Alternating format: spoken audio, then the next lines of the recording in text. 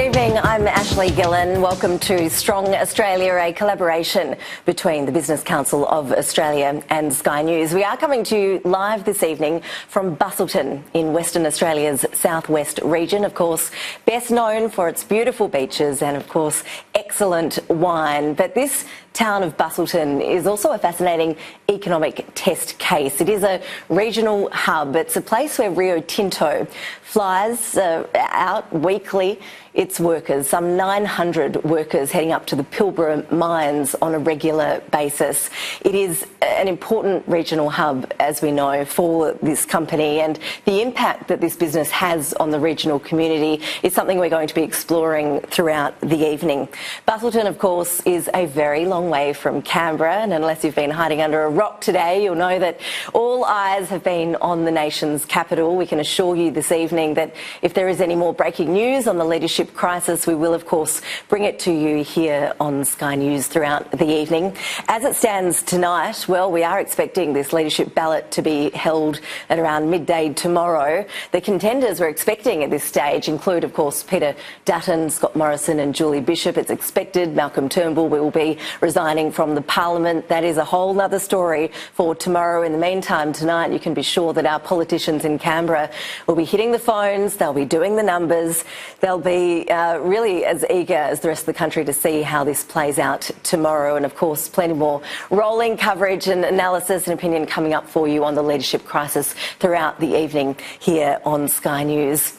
We are, though, here in Busselton to look at some of these local issues. We will be getting to those in a moment. First, let's introduce our panel tonight. The Chief Executive of the Business Council of Australia, Jennifer Westacott, is with us. Welcome to you. The local mayor here in Busselton, Grant Henley, good to see you. Thank you for your time. Joanne Farrell is the Managing Director Australia for Rio Tinto, and Chris Sutherland is the Managing Director of Programmed, which is Australia's largest staffing and maintenance company. We are going to begin with Jennifer Westacott, of course, who is a close observer of Australian politics and has been for such a long time. Jennifer, I need to ask you about this leadership crisis. We've had this revolving door of leaders in this country, of prime ministers. Someone said to me today, it's like Italy without the good food. We're starting to get that reputation. And the mafia, yeah. Exactly, we hope. What is the impact on the business community when we see this sort of uncertainty in Canberra? Look, this is terrible.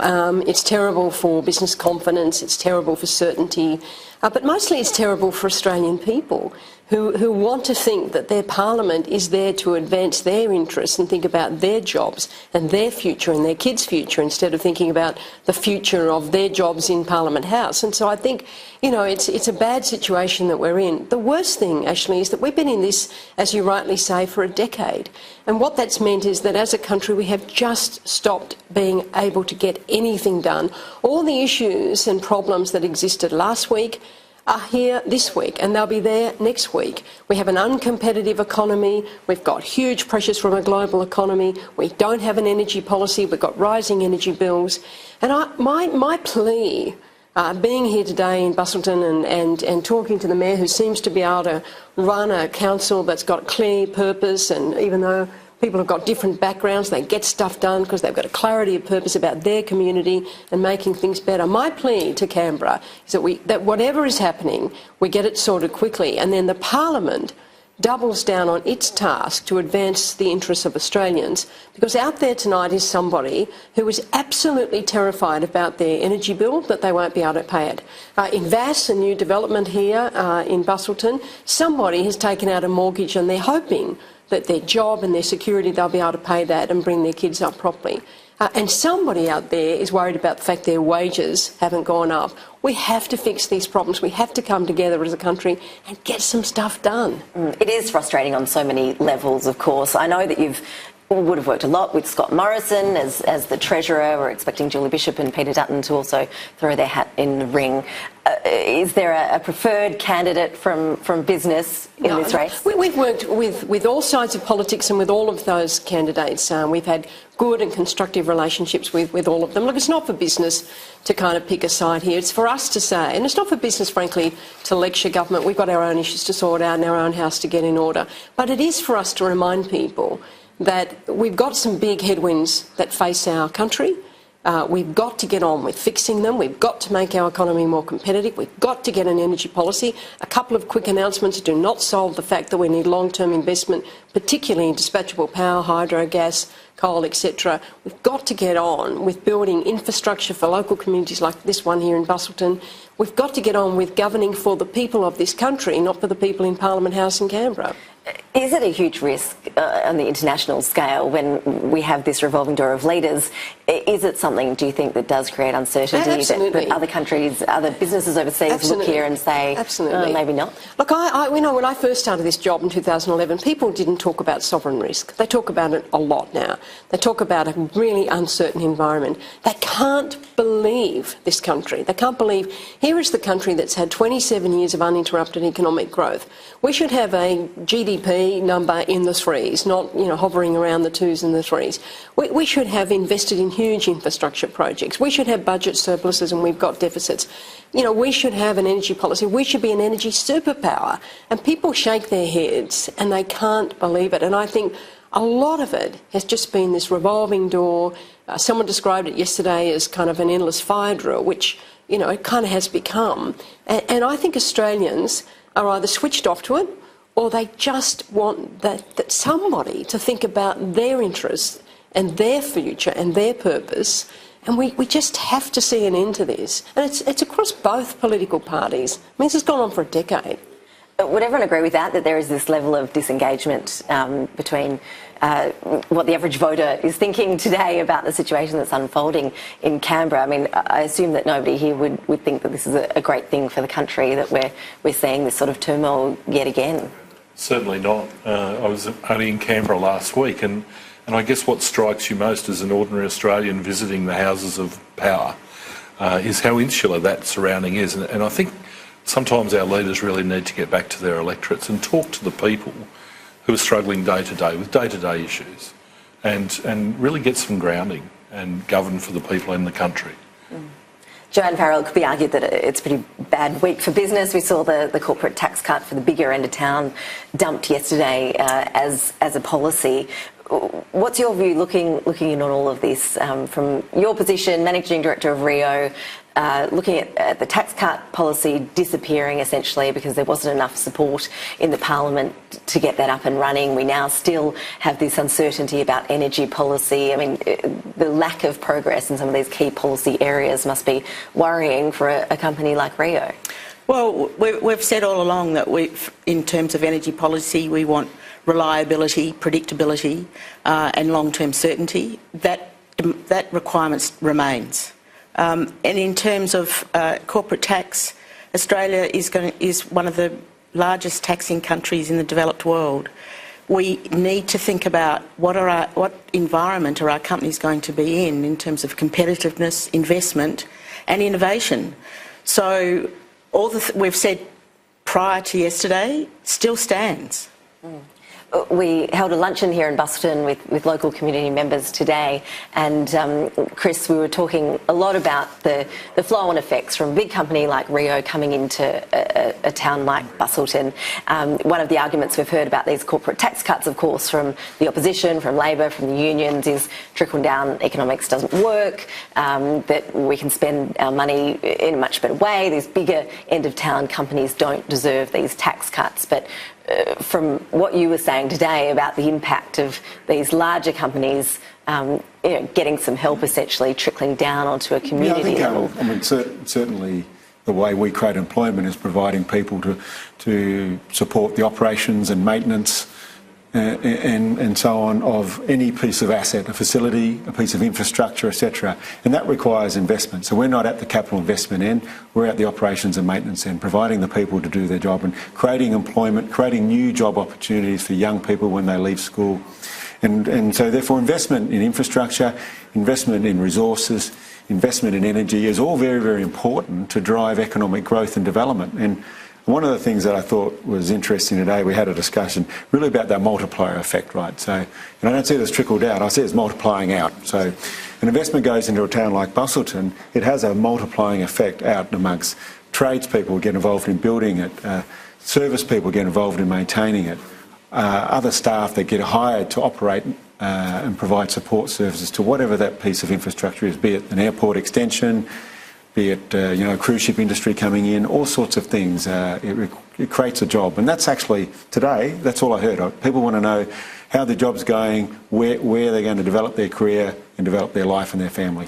Because Jennifer, we have something about trickle-down economics. This is one of the greatest bits of nonsense for a long time in Australian politics.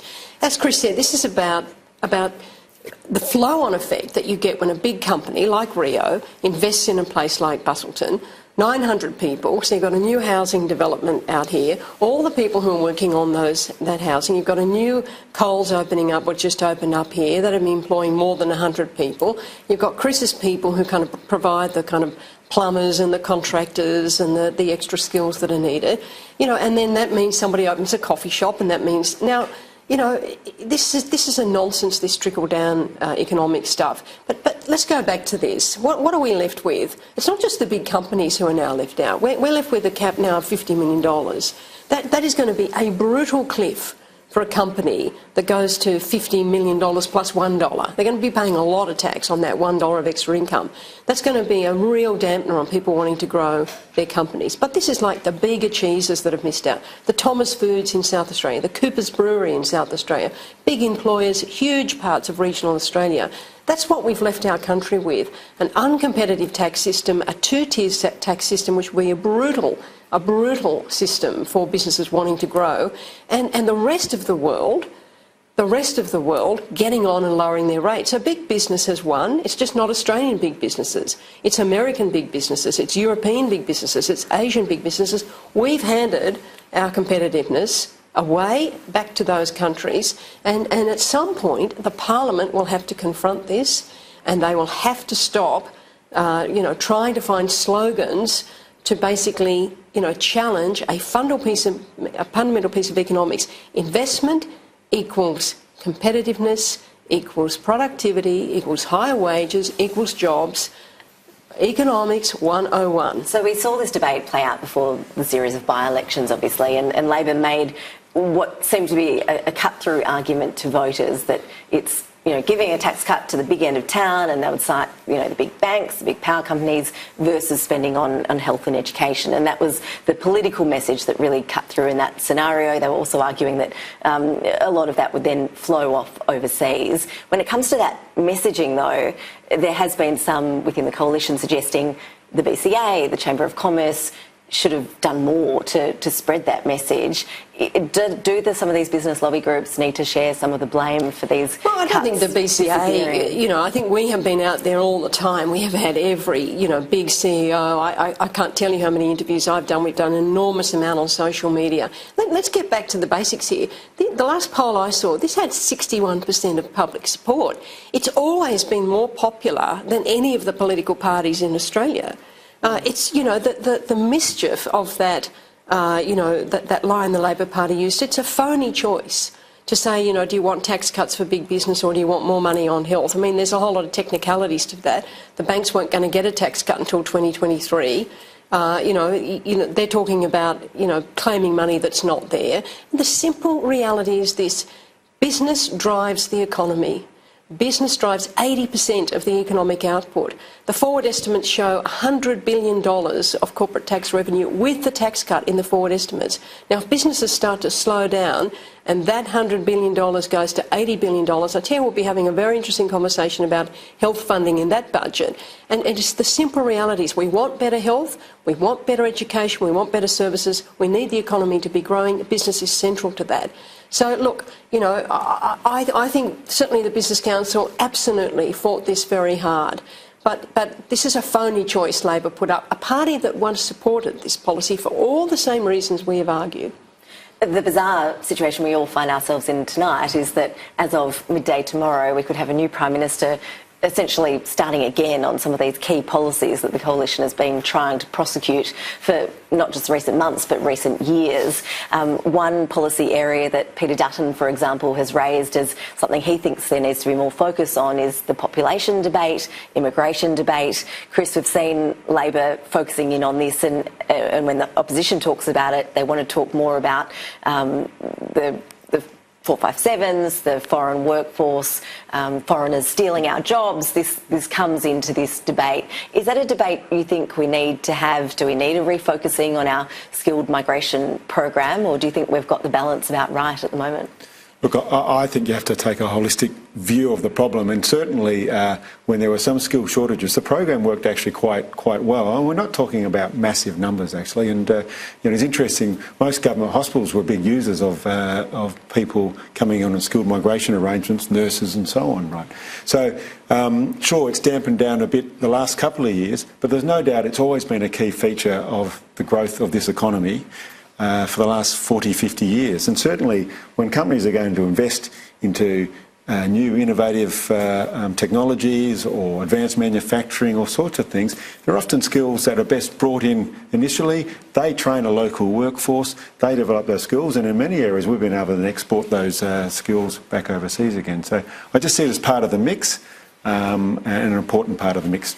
Joanne, do you see room for change there, or how important is it for a company like Rio to have access to those sort of programs? Well, if we think actually where we are today in terms of Busselton, and we heard today about how important it is for the industries that are in and around Busselton, the viticulture industry, the tourism industry, the hospitality industry. I think every industry has its need for skilled workers, and every industry has an obligation to train local people for skilled work. Often that training has to be provided by someone who's an expert, and sometimes you have to bring those experts in. Some of the large capital projects that Rio Tinto builds, some of that expertise is not available in Australia. So if we can bring it in, we do that investment, we create that infrastructure that then leads to more jobs and more training for Australians. So it's not an if or an either or. It's a part of actually doing business and making sure that you're in business for the long term, creating investment and innovation.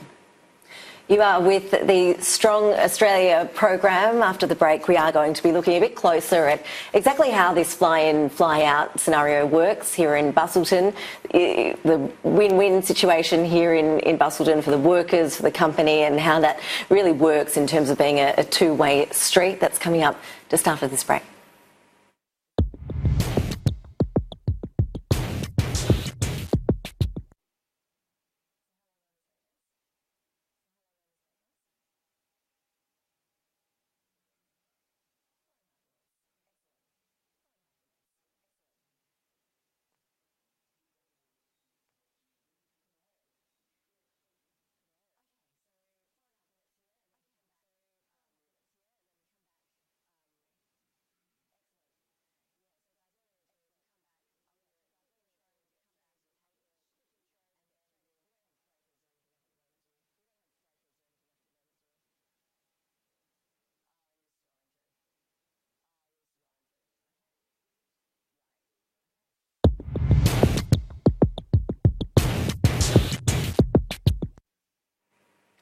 Welcome back to the program with all eyes on the nation's capital this evening, with the leadership turmoil again engulfing our politicians in Canberra. We're actually coming to you live this evening from Busselton.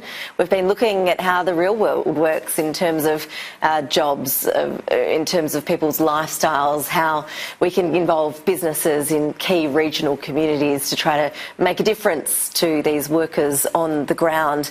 I mentioned at the beginning of the program that Busselton is a FIFO hub. It's a regional hub here for the company Rio Tinto. There are some 900 workers who fly up to the Pilbara mines on a regular basis and manage to live out of this beautiful part of the world in the southwest of Western Australia. Sky News has been on the ground in the last few days to look at how this regional hub FIFO model actually works. This is some of the insights we've seen in recent days.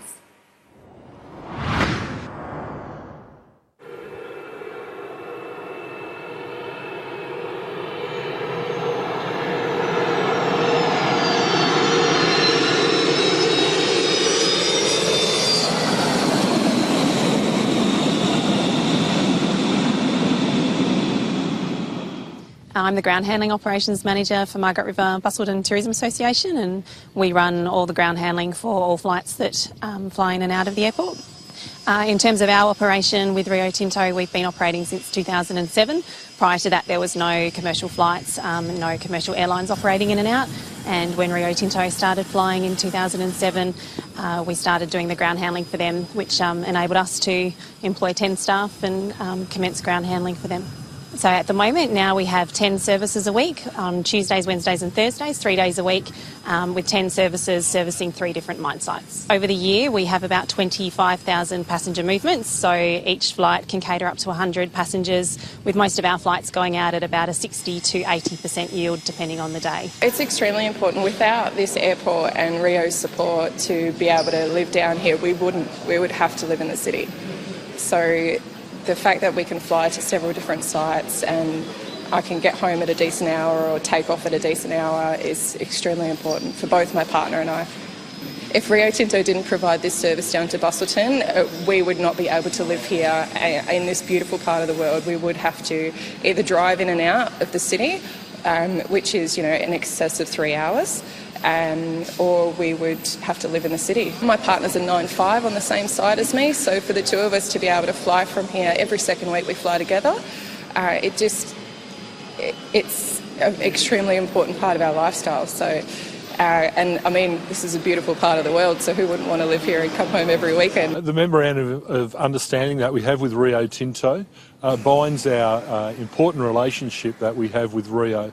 We are the largest source community in regional Western Australia for Rio's operations, and we've built that relationship through our community over many years.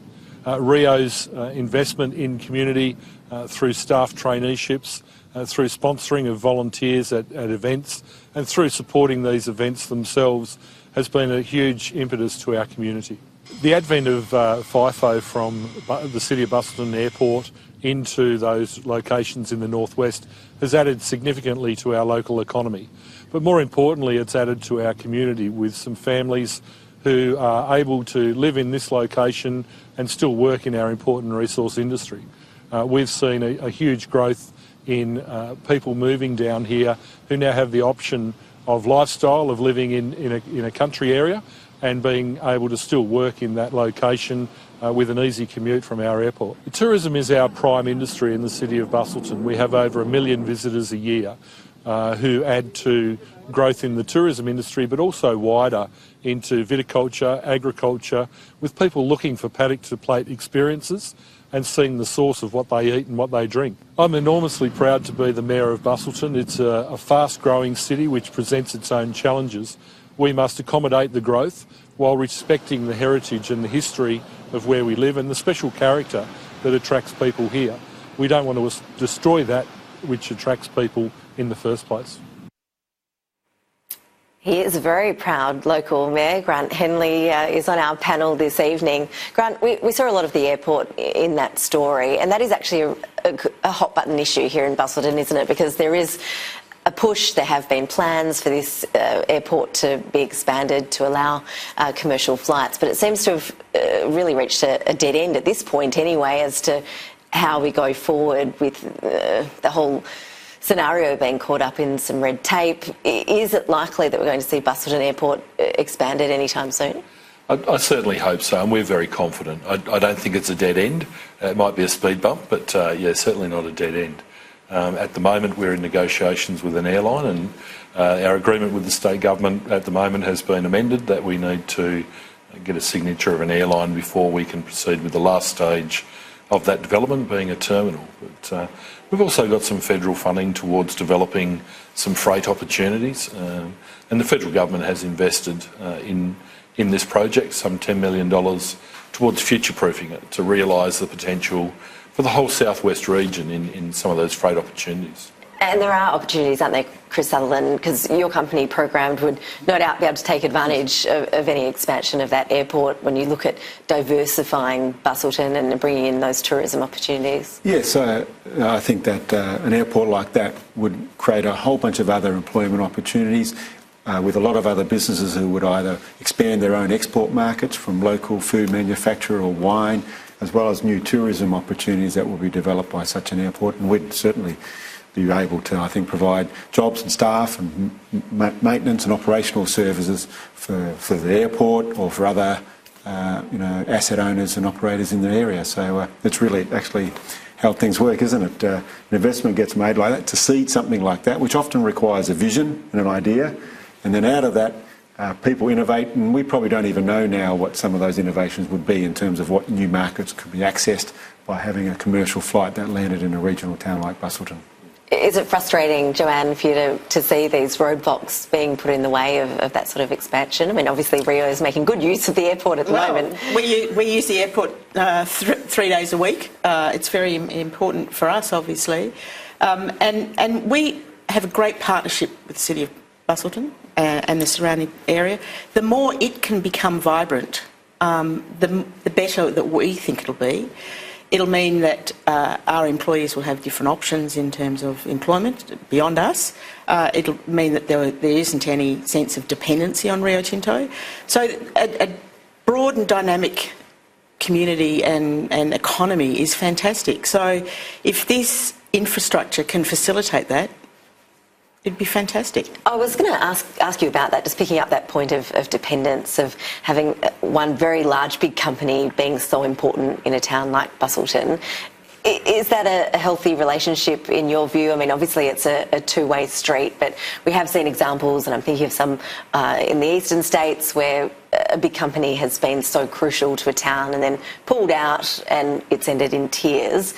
Here, the sort of investment strategy you have, I know it's a long-term investment that you're making, and Rio Tinto has invested millions of dollars here, but do you see that as a healthy relationship? It's a very healthy relationship. We've been here 10 years. We started with 80 employees flying in and out of Busselton.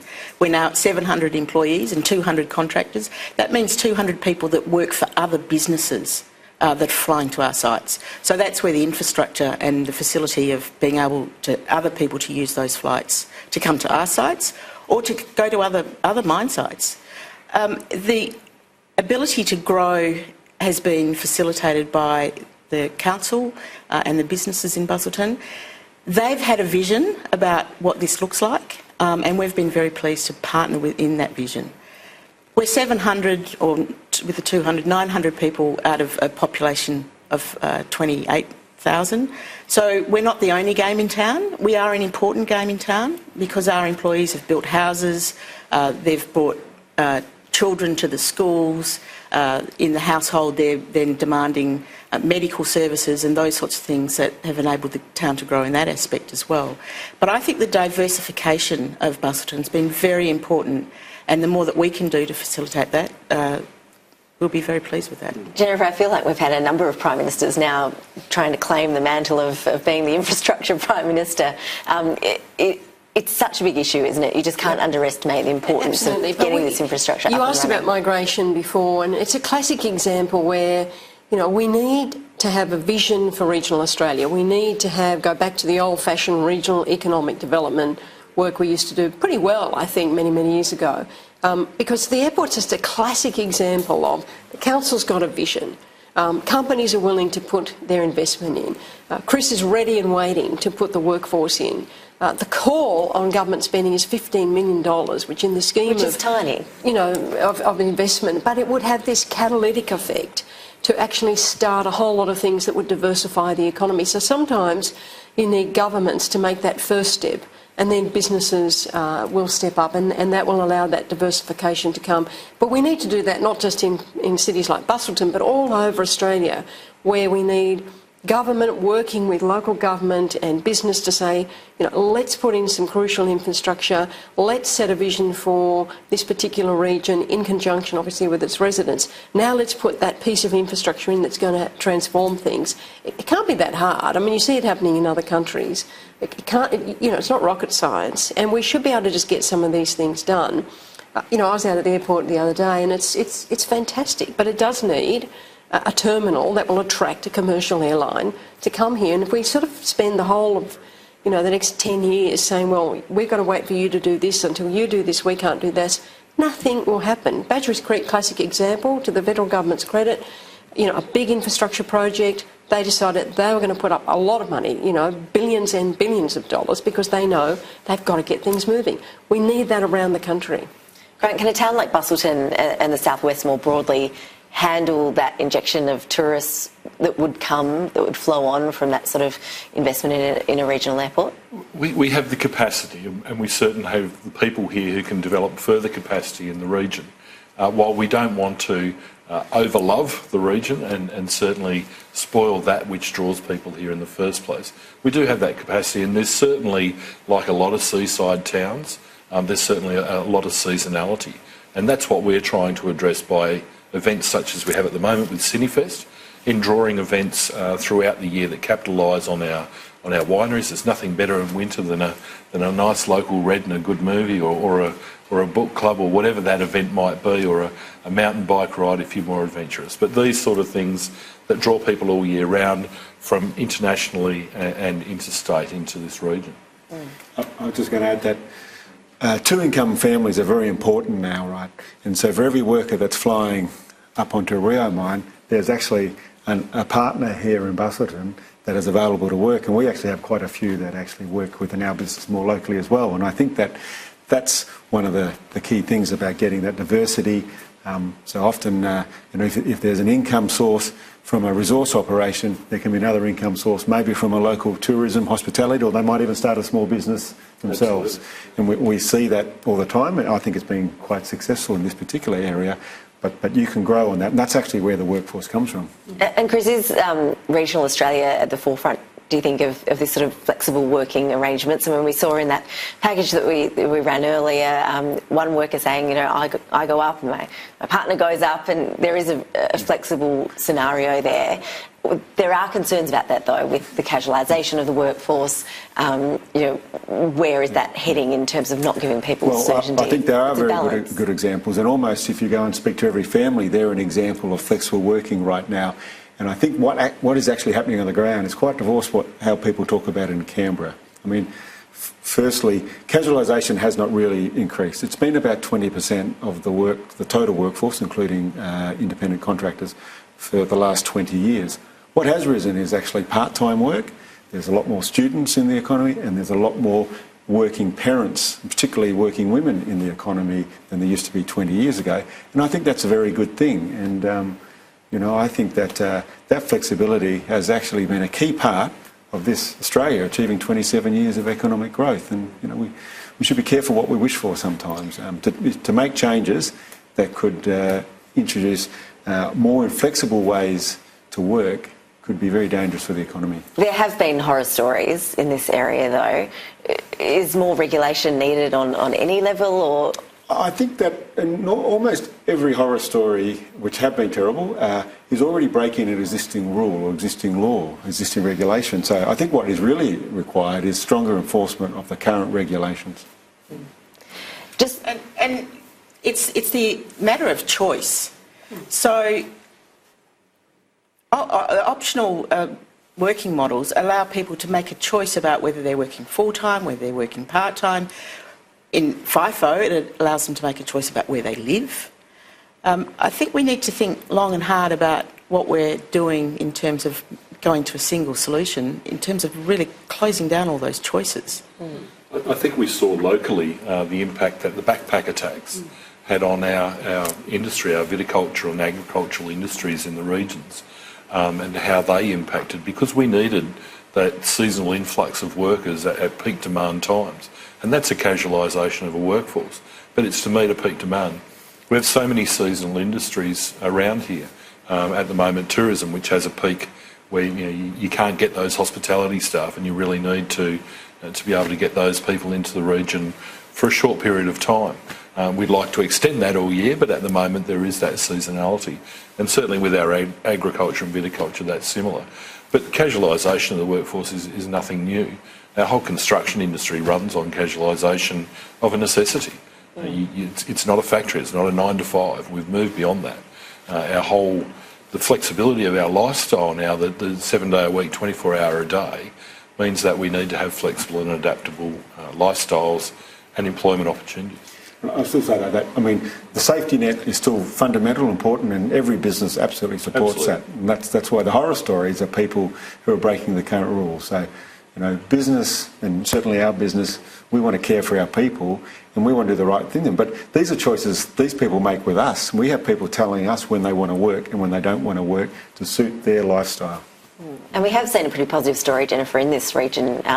When you look at the employment data that's coming through, it's a good positive story to be able to tell in a place like Busselton. Absolutely, it's a faster growing economy than the rest of the state.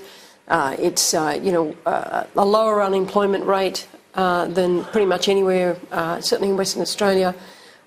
Youth unemployment is high at 10%, but lower than the national average. And I'm really worried about young kids. You know, you go to places like Townsville and Cairns. Townsville gone up to 20% youth unemployment. Now, if we don't get investment into these regional cities, if we don't get big and small companies working together, what's the future that we're saying to those people? But here, because there's this vibrancy, because of the diversification of the economy, because of the investment that Rio is making, and then all of the flow-through effects, that 10% is one of the best figures in the country. Chris, I know you've got a few children going out to no doubt, get their first jobs. What's the sort of advice that someone like you, running the company that you do, programmed, being a specialist in employment essentially, what do you tell young people? For parents sitting at home wondering what sort of advice they should be giving their kids, where do you start? I think the main thing is often kids now, I think they're brought up in a system where they narrow their choice. Not only that, so they narrow their thinking about what they think would be a good job. So my really advice is to start somewhere. Don't say no to that opportunity. No opportunity is a sideways move. You do learn something. You learn new skills and so on. Because as I said, I think we're almost narrowing kids' choices, if you like, from year 10.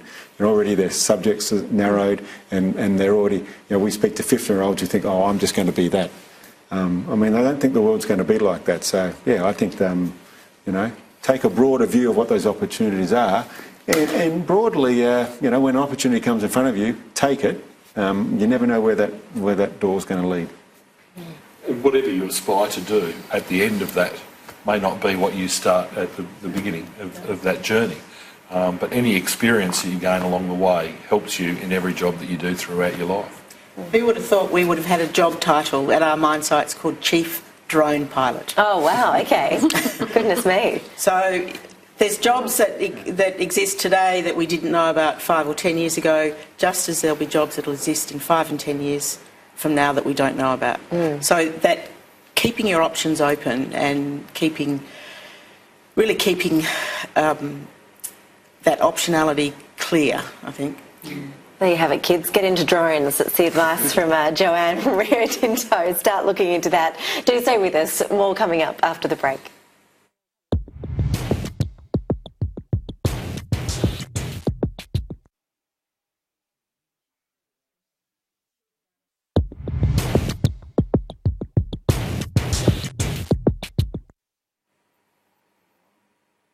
Welcome back to the program. Well, a lot has been said and written about FIFO communities, the impact on families, for example, and the importance of community involvement. Here in Busselton, that is a key part of this whole strategy. There are local events, for example, the local Ironman.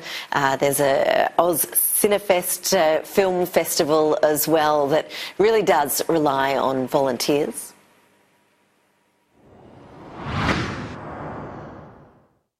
Day one, approximately 14 years ago.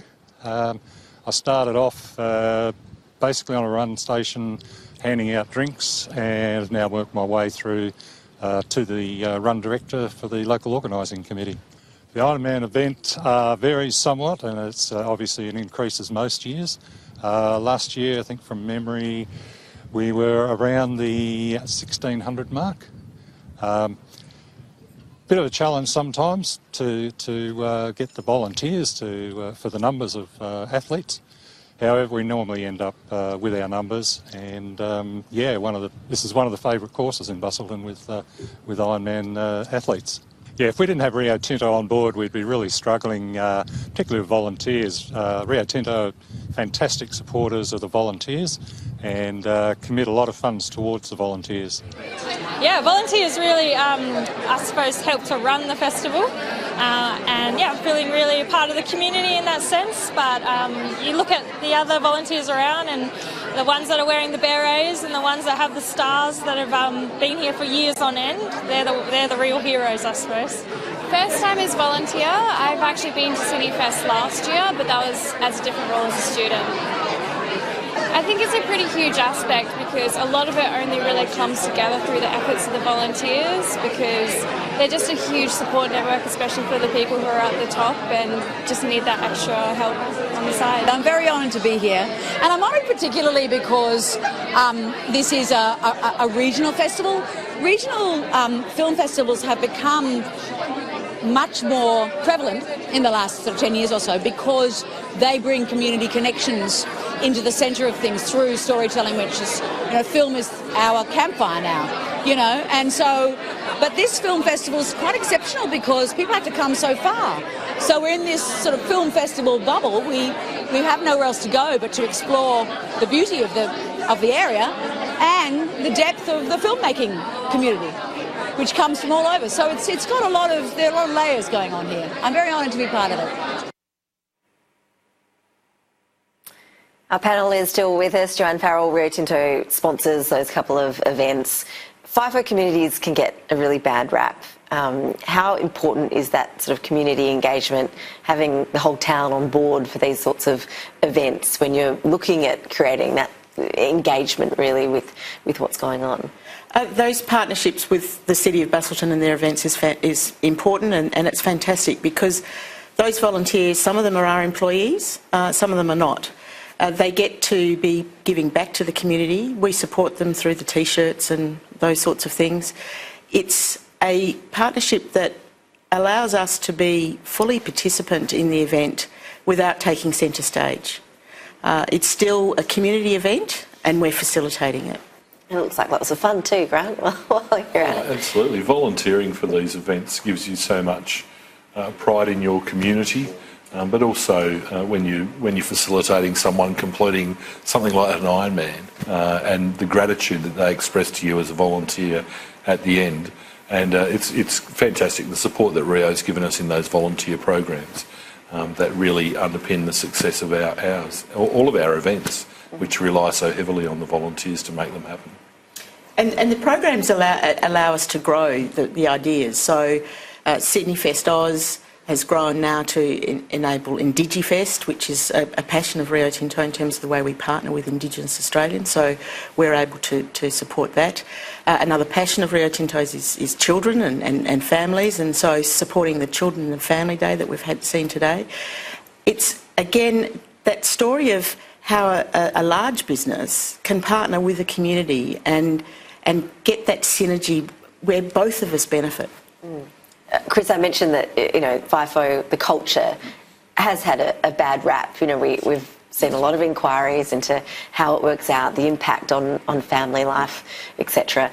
Is it a myth, or are we getting better at that FIFO lifestyle? Yeah, no, I think there have been some challenges, so it's not all a myth, right? But we're certainly getting better at it, and really it's about getting better at where the people live in the communities and make sure they got the support that enables them to make a choice that actually suits their family as well. And I think Rio's done a fantastic job here in Busselton, and I know that having two people working often, double income families, is very important, and therefore working on the other side about where those other employment opportunities are as well, and making sure that they feel part of a community, particularly if you've got to move someone to a new location in an employment opportunity where there might be a growth market. And we know in Australia that's been quite challenging, moving people from an area which might not have jobs to an area that has jobs.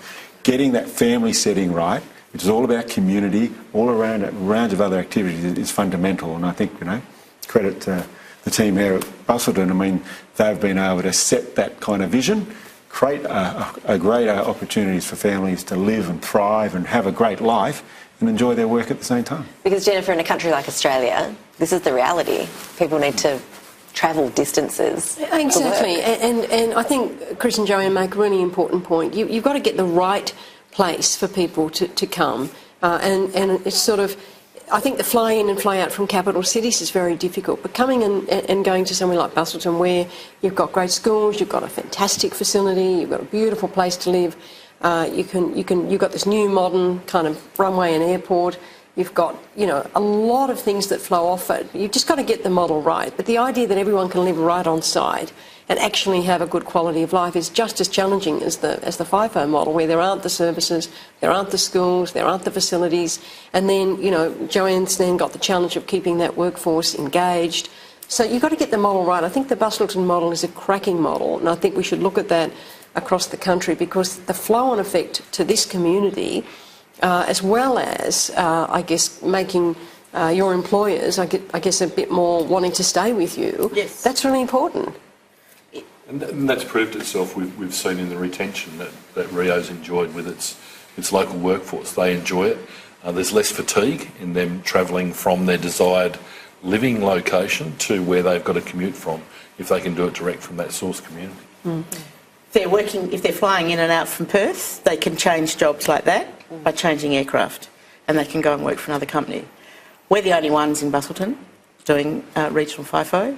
It's an advantage for us, and it does involve longer employee retention. Mm. Joanne Farrell from Rio Tinto, thank you for making the time for us this evening. Chris Sutherland from Program, thank you very much. Grant Henley, the Mayor of Busselton, good to hear your insights about how all of this works on the ground. And of course, Jennifer Westacott from the Business Council of Australia, thank you for joining us. Do stay with us, a tad more coming up after the break.